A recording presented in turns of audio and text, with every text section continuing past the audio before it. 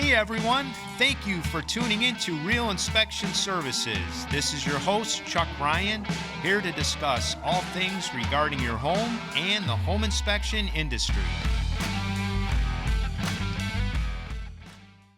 Hi, welcome to Real Inspection Services podcast. I'm your host, Chuck Ryan. Today I'm excited to introduce a good friend of mine. His name is John Garrido. We'll touch a little bit on this. John and I met through his rescue foundation called the Garrido Stray Rescue Foundation. And it's a kind of a cool story because how we met was a little white pit bull who is now the love of our life came into our life through John. And John and his wife, Anna, have become really good friends of ours. And so I'm excited to have John. John, welcome. Oh, thank you for having me on the show. It's great.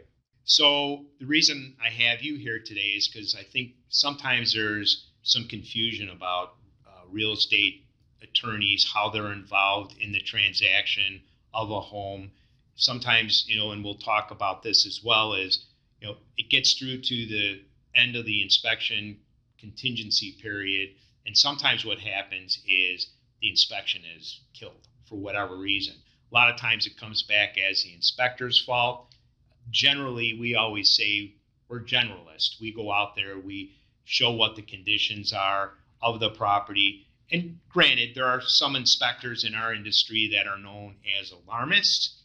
We like to be more looked at as educating the homeowner or the potential buyer for that property, giving them the right information for them to assess, hey, is this something that we can negotiate? Can we go further through with this? Or do we need to pull back from it? And obviously, that's where I think they need to rely on their agents as well. But from an attorney's guidance during the transaction, where do you think your role is most important? With the process, generally, when somebody's looking to buy a house, their first encounter is usually with the realtor, right? That's where it all starts. And they go out, they're looking at different homes, and then they decide they find the home. Then the next phase from there is when they want to submit that contract is bringing the real estate attorney in. Once that contract is accepted, then that's kind of where the ball shifts into our court. Our job is to protect the interests of our clients and to make sure that we're not missing any deadlines that are within the contract. When you first start off, there's two specific clauses. There's the attorney review clause and there's the inspection clause. And even if you're buying as is, there's still an inspection clause. And all three of those, usually for most real estate contracts, is 5 business days. But that clock starts ticking, so that's why it's important to make sure that you have your attorney on board as soon as possible, because we need to get that contract, and then we need to start going through and put our attorney letter together, and then you're going to start your inspection process, and then that's where the inspector comes in. And I could say since 2006, when I started practicing law, the inspection reports that I'm seeing come in have dramatically changed. Back then, they were very generic. It was very sparse. There wasn't a whole lot there. And then I don't know what happened. Something must have happened in the inspection industry. Maybe you could speak to that.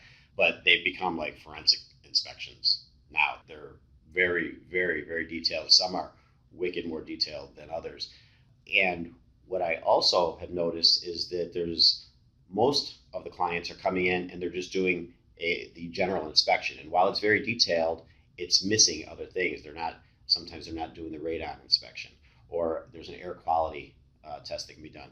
Sewer and water, right? Sometimes I've seen where they'll actually get, some clients will come in and they'll have an inspection from another person that'll come in and they run the camera through the sewer and find tree branches. But I'm not seeing any of that within all one inspection company. Usually they're either multiple places or people miss all those other ones altogether and they just do the general one. So then our job as the attorneys are to, after that inspection report comes in, to talk to the clients and say, okay, what's in this report that's important to you, obviously? Is there anything in here that if it's not taken care of is a deal killer? And then we go from there. And then we send out a letter to the other side saying, here's what we have, here's what we found. And then we try to negotiate, sometimes work it out. Either the seller would have to take care of those issues or concerns, or sometimes they just offer a credit to the buyer. So you had mentioned something about an as-is deal. A lot of times a realtor will say that to our inspectors when they show up, hey, this is as is. that doesn't mean anything to us. I mean, we have a job to do, and the job is to obviously call out the conditions that exist with that home. If there's a safety issue, for me, I think that as-is deal kind of goes out the window, especially if it's a life type of safety issue, or if the home inspector removes the electrical cover panel, finds that there's some wire in there that's overheating, or maybe there was a past arc flash that had happened. Like, those are real concerns, because a lot of times the homeowner's not opening up the electrical panel box, and believe it or not, they may not know that that condition has occurred. So for us, when we hear as is, we kind of take that with a grain of salt.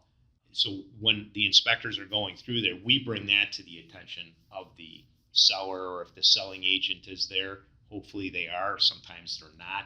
Then we have to rely on the buyer's agents to say, hey, get someone out here, not tomorrow, but today, because this is a serious condition that exists. Which is good, because your inspection shouldn't matter whether it's as is or not. Generally, as is per contract means that the buyer has a right to do an inspection, and then after that, it's take it or leave it, right? It's either the property is acceptable, correct, or the property is unacceptable. Correct. And that's generally it. And I can tell you, nobody follows that anymore. Representing sellers that are as is, the letter comes in. Well, we understand that it's as is, but we found A, B, C, and D, and we'd like to have, work something out with that. So we end up nowadays, especially in this back and forth, just like it would be if it was maybe a little bit less, because the seller has a little more leverage. I'm just like, hey man, I told you it was as is, and it's as is. And maybe they stand their ground, and then the buyer has to make a decision at that point. But I would be horrified if there were inspectors that were thinking that, oh, it's as is, so we're just going to kind of do a skim here. We want you to still find those issues and those problems, so that way the buyers can make an informed decision when they're whether to move forward or not. And for buyers out there, even if it's as is, have your lawyer, if you want to, if there's a concern, a legit concern, something like it's a safety issue, have them send that letter, because you never know. Because you don't know the position of the seller. The seller might be buying another property, and now you're at the point of the inspection where they need this to go, and they don't want to go back on the market. So there could be some leverage there. And sometimes they're not. Sometimes they're just going to say, well, take it or leave it. So did you hear that? Do not worry about an as-is deal, because for us, they're meaningless. I'm not telling you to say that it's meaningless for you, but take it with a grain of salt. Still go through with the inspection. And, in an as-is deal, we're not going to bring up a leaky faucet, a loose toilet, some loose tiles or something like that. Those you can bring up in a regular non-as-is deal. You can say, oh, we got this and this and this and this. We go down a whole list of things. You can throw in everything. When it's as-is, it's got to be if there's something big, right? Something major. You found some mold in the attic. You found an electrical issue in the panel once you took it up. Once you opened it up, there's a water issue that wasn't disclosed, and now you found that there's a problem. One we had, there's tree roots that were actually growing into the pipe there. Air quality, radon mitigation. There's a lot of things that could come up that are obviously bigger, and they should be addressed. And earlier you had mentioned now that how detailed the reports have gotten, where it's just not your standalone inspection. There's other ancillary services that home inspection companies offer. We offer all those. And I think one of the key things that you had said earlier is that during the transaction process, if it's just a standalone inspection, sometimes you're not able to get another company to come in to do that sewer scope. Then you have to wait.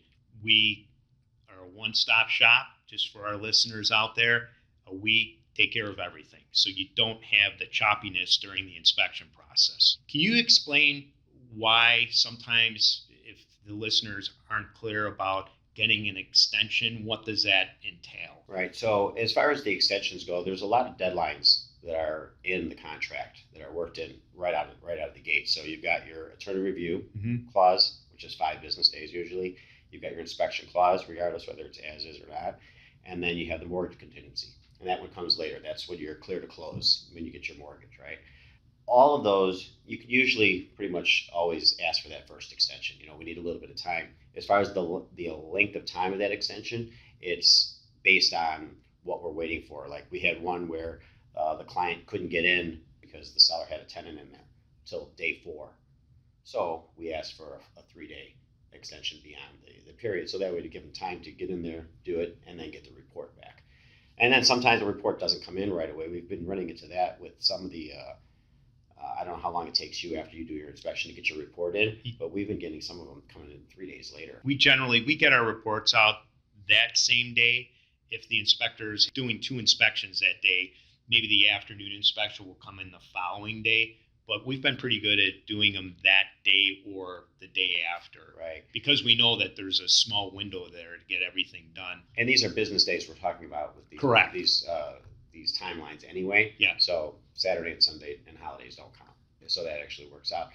But as far as once we do the inspection and then we go to them and say, hey, here's A, B, and C are the issues, that timeline is now gone because now we've already made our requests. So the clause stays open until we come to a conclusion, even if it goes past the 5 days. So it's not like we have to make that decision. So day 1 or day 2, we get that inspection, then we talk to the client, and then we send that letter out, even if it takes us 10 business days to work it out. Now, there is a clause in the contract that says if we don't come to an agreement within 10 days, either side can kill the deal there as well. But usually, if you're getting that far into it, both sides are pretty motivated and they want to make this deal happen. They haven't walked away yet, so usually you're okay. You had mentioned about the end of the transaction period when the letter is delivered to the seller's attorney. What have been some of the things that you've seen? Let's just start with the smallest ones where they kill the contract. The difficult part, because we don't have crystal ball, so we don't know what the situation is of the seller, right? Mm-hmm. Sometimes the seller will have locked into this deal with the buyer, mm-hmm. and then a better offer comes in. And now they're sitting on another offer that just came in that was, maybe 5,000, 10,000, or even, who knows how much more than what you were. And then we come at them with a list of issues that, leaky faucet and, 10 items or whatever it is. Now, we always put a clause in there that we have the right to withdraw those and everything, but they can kill it if they want to. And they're doing it because they want to walk away and grab that other deal. So you're always at risk. Anytime you're asking for anything, you're always at risk that the other side can walk away. More times than not, it doesn't happen. But when you have a market, like when we were booming here mm-hmm. a while ago, mm-hmm. well, deals are constantly coming in. So these sellers may have 2 or 3 deals that are coming in, and they just don't even want to deal with the headache mm-hmm. of whatever it is that you're asking for. It doesn't mean that you still shouldn't ask for it, but just understand we never know how that's going to work out. If a client has an executed contract with the seller and they're in the process of let's just say the attorney inspection review period, this has happened to us a few times where we'll get a call even after the inspection's done, before the buyer has even shown what the conditions were of the property. The seller comes back and they kill the deal because they got a better offer. If there's an executed contract between a seller and a buyer, is that okay to do? Like if someone comes in and says, hey, we really want this property, we know you have a deal with this current buyer, we're willing to give you another 15, 20 grand over asking. Can they do that? Is that okay for them to do? You don't want them doing that, but yeah, there's always an opportunity. There's almost always a way to get out of these contracts. Just the way that they're written, there's always a clause. So if they come in and say, and we're like, no, we're going to hold you to it. All right, well, what's the process of that, right? We're going to drag them into court and we're going to, force them to do it. And I've been involved in some where the buyer has taken those steps and gone to that level where they actually are threatened to take you to court, go forward with the contract. For the most part, there's almost always a way to get out of these deals. Yeah. So there's loopholes basically inside the contracts. And even if it's not a loophole, it's how much time and energy do you want to put into this to fight to make them follow through with the contract? It's an exhausting process to begin with, so who wants to do that, right? Right. So, and no guarantee that you'll win, because depending on what issue that they're using to try to get out of it. Earlier on, before we started this, we were talking about some of the things that may kill a deal, and we were mentioning about radon, for instance. If the levels come back high in a house, sometimes people get worried about that. So the listeners know, if you do have a radon test done and the levels come back higher than what the EPA standard is, there's no reason to freak out. You can have a mitigation system installed for around $1,800 to $2,200, somewhere around there. And we've had it where it's come back and the people, buyer-wise, seller-wise, They just don't want to deal with it. If it does come back high and you're a seller, just so you know, your house does have high radon levels, chances are the next home inspection company is going to do that. And once it's identified in a house, aren't they obligated then to share that information to the next buyer? They are, well, and that's specifically why a lot of these contracts now say do not send the inspection report unless it's requested. Okay. Because once they get that inspection report, then they're obligated to disclose to the next one. So that's why they usually don't want any of you. They're just like, just tell us what your issues are. You want in or you want out? Are we going forward? Or you want a credit? Whatever it is. But if they don't accept that inspection report, then they don't have to disclose going into the next deal. They should at least know, those sellers, and we explain to them, it's like, look, either you take care of it here or you're going to have to take care of it later, because the next one's going to do the same inspection and it's still going to pop up again. Mm-hmm. And some sellers are stubborn. No, it is what it is. But with the buyers, it would be nice if the inspection company, because we can explain to them, I mean, I can tell a buyer all day long, well, if radon levels are high, you can get it mitigated, but maybe they just had a baby or this and everything, and as soon as they hear air quality issues, they freak out. And while I'm their attorney in respect to the actual contract, the real professionals are the inspectors. So an inspector would be able to explain better what the issue is with the radon, and how easily is it mitigated, because my understanding is a lot of houses have radon. It's everywhere. I mean, it's everywhere. Some levels are what they call, if it's below the number 4, they call it a pico or a picocurie. If it's below that level, you could have levels at 3.95. As long as it's below 4, technically they don't have to do anything. Mm-hmm. Our technician, Sean, who has been on earlier podcasts, if people would call him, he would say, hey, best practice, safest thing to do is to install mitigation system, because the radon levels can spike. But technically, yeah, the seller doesn't have to do anything. Right, and like we had one, I think it came in at an 8. But again, I don't think anybody knows what radon is, and so an 8 is high. But I mean, what does that mean? Right. I'll be honest with you, I don't even know. I mean, I know, okay, it's above the standard, so it has to be mitigated. But what all that means, that should be explained by the inspector. They should really make sure that their clients know exactly what it is that they're dealing with, so that way they can keep them from freaking out and understand that it's something that can be mitigated and you can deal with it. Yeah. And again, Sean's great at explaining that. If they do come back where the levels are higher than what the average is, it's the second leading cause of lung cancer. So again, he would be able to kind of explain those things. And that's like you had said. Now that's where all our inspectors are good at, explaining conditions of a home, because we do know that even after the inspector leaves, the client moves in a month or 2 later, things are going to come up. So we talked about earlier how you said that if a client has an inspector and let's just say they're doing just a standalone inspection, obviously one of the things that maybe you would suggest, that if someone called you saying, hey, I'm looking for an inspector, would you agree that it would be best to have an inspector that's kind of a one-stop shop, because that will help along with the way that the ease of the inspection process will go, the information can get to you as your attorney in a timely manner, then, hey, we have our inspector, now we have to call and get a sewer company out here, air quality, so on and so forth. Absolutely. It's not only just a lot more convenient just for the continuity of the timeline that we're dealing with, because obviously the seller wants to sell, right? And they want this transaction to move along a little more. And there's a lot of moving parts. Sometimes the property may be a townhouse, so it's part of a homeowners association. So they have to order up documents from the homeowners association, which some of them make it extremely difficult and can be a process. So they want to get that started. They're ordering title from the title company.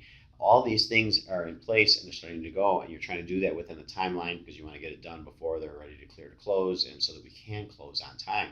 While we can ask for extensions to different clauses, it's significantly more convenient and easier to work with if we could just get one inspection report that had all of that in it. The last one that we had, it was literally 3. It was the sewer inspector, air quality inspector, and then the regular inspector. And all of those documents came in separately, and we were waiting on the last one. The last one came in, which was the air quality one, and then my client wanted to kill the deal.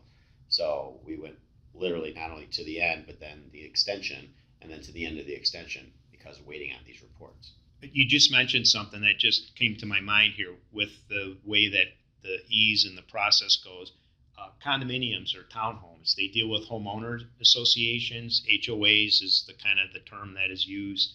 When you ask for documentation, and I've owned some condos, I've sold, I just know that sometimes that process of getting the material from the HOA of what the unit owner is responsible for versus what the HOA, I know sometimes that can be a drag too. It can be extremely difficult because it depends on how the HOA is run. Sometimes it's an extremely small HOA. Maybe it's 3 condo buildings or three condos in one building, and that's it. So one of the unit owners is the president, the other one's the vice president, and it's a matter of how they are individually running that organization and how well they keep track of records and their documentation and stuff. So it can be extremely difficult in that regard. All the way to the big ones where they're even though you can just go online and you buy and you order these documents, getting answers to specific questions that may not be addressed somewhere in there, like who's responsible for the guardrails on the balcony, or who's responsible for the windows, or this or that, can be difficult to get an answer to those questions just because you're dealing with so much red tape. And the one thing that we always educate the client is when they are getting those homeowner association documents, hopefully they're aware that there's a healthy reserve, especially on these bigger buildings. And sometimes even like you said, on these smaller buildings, if they're self-managed, they'll probably have a low reserve. And when you look at what the cash reserve is, because unexpected costs can creep in, Roof, that's a big one. decking, especially in Chicago, decks, they're huge. And if they don't have that funds in there to cover those costs, then there's a special assessment, and that could add on a couple $100 on top of what their mortgage is, on top of what they're, paying for their assessments. So, which is why let's like a deck, right? And I'm not talking about just a deck that's coming off of a balcony, but stairs. If your whole back porch is all wooden stairs, ever since that collapse that happened in Chicago, there's a big deal on those. So you want your inspector, while they're coming in and they're looking at your condo and checking out certain things, and say, okay, well, the deck or the porch is the association's problem. Well, it is, but you're going to become part of that association. So if that deck is looking, or that porch is looking sketchy, know that if there's not enough reserves there's going to be a special assessment coming your way down the road. Thank you for saying that. Just what you had heard, what John had said, that sometimes is a cop-out for some of the inspectors in our industry. They'll look at the homeowners association as taking care of that. They will only do the unit. So that's one of the things that we do is we look at the exterior part of a condominium, of a townhome, regardless if there's an HOA, which some do, but majority of them are. So we will comment on the decking conditions, loose railings, like you had said, stair treads, what have you, because we take that serious, and that's a safety issue. So, And then even though we document that, we've had realtors say to us, well, that's part of the HOA.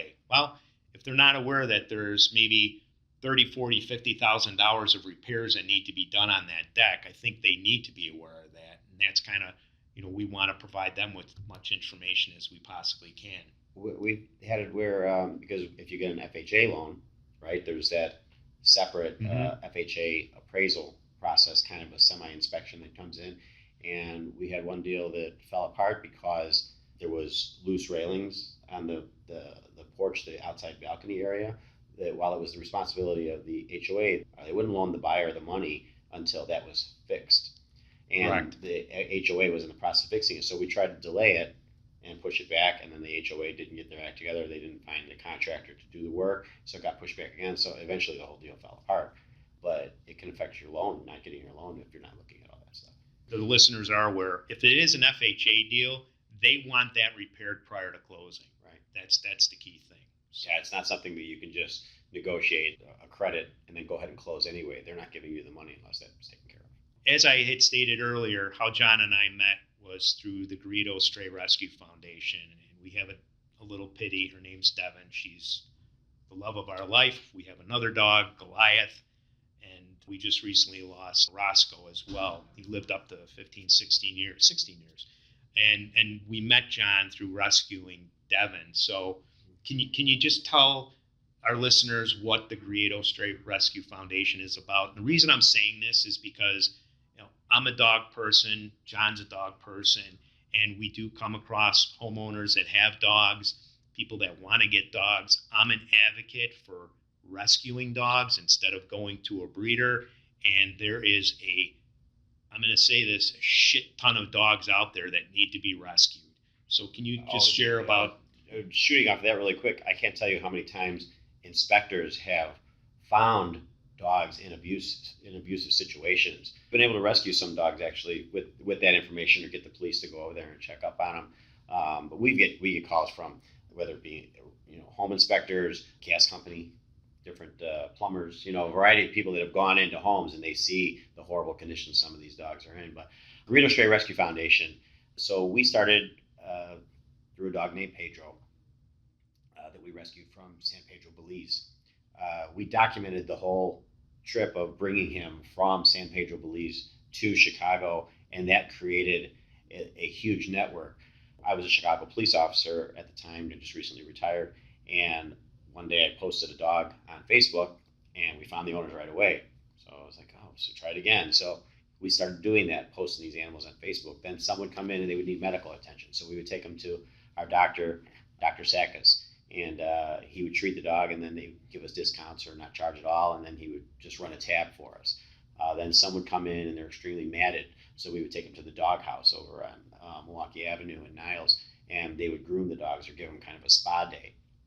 So it kind of grew organically to the point that started in 2014 when we rescued Pedro, and then all the way until we became an official rescue in 2017. And now we're based on the northwest side of Chicago. We're foster-based rescue, and our primary focus is getting lost animals back home with their families. It's the stray part, right? Mm-hmm. We mostly deal with dogs, 99%, and that's just because somebody sees a cat out on the street. They're not sure if it's an indoor cat or outdoor cat, but they see a dog, they stop traffic. So we're pretty much a dog rescue. But we do get some cats that come in, usually they're injured or something like that.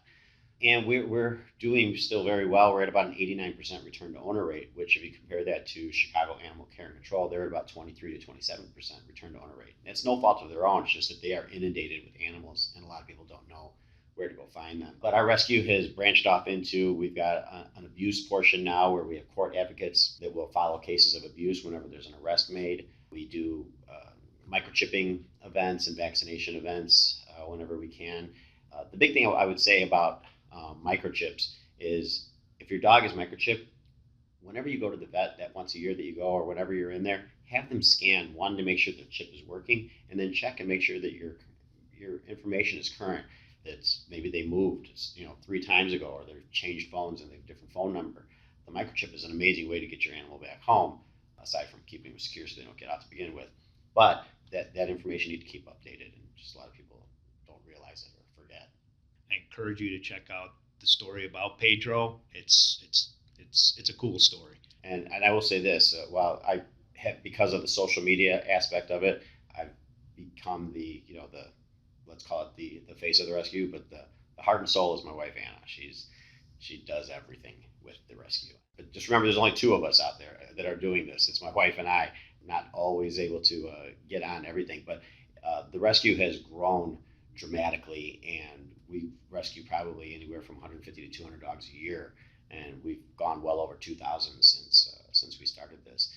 It's really been rewarding. The people that come on board to help, and helping is every aspect, whether it be transporting an animal for us, fostering an animal for us. That's the hardest part of keeping our fosters.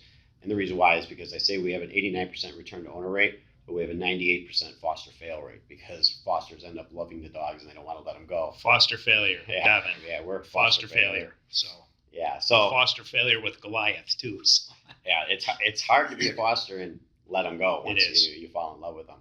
Just sharing, when we post a dog that's lost, and just sharing it, they get shared 500 times, and that's what helps find these families. And sometimes the families aren't on Facebook, but maybe a neighbor is, and they know, oh, that's so-and-so's dog, and it helps get them back home. So there's just so many ways to get involved and help and volunteer when we have events and things like that. But they can find us on Facebook, Garrido Stray Rescue Foundation. And again, like John said, Anna definitely, she is the heart and soul behind this thing, and they do a tremendous job. So, thank you. Well, listen, man, thanks. This was informative for me, and I'm sure the listeners got a lot of information out of this as well. So, and if I give a plug for our law office, if you do want to hire an attorney, we not only do real estate transactions. I should have probably said that. John, where are you located? I don't know. Just throw that out there. We're up on the northwest side at Harlem and Foster. We're in the Chicago Patrolmen's Credit Union building on the second floor there. That's 5310 North Harlem, Suite 210. We have a website. It's nwlex.com. So it's N as in Nora, WLEX.com. We handle real estate transactions, commercial and residential. We handle probate, and we do wills and trusts and some personal injury. Great.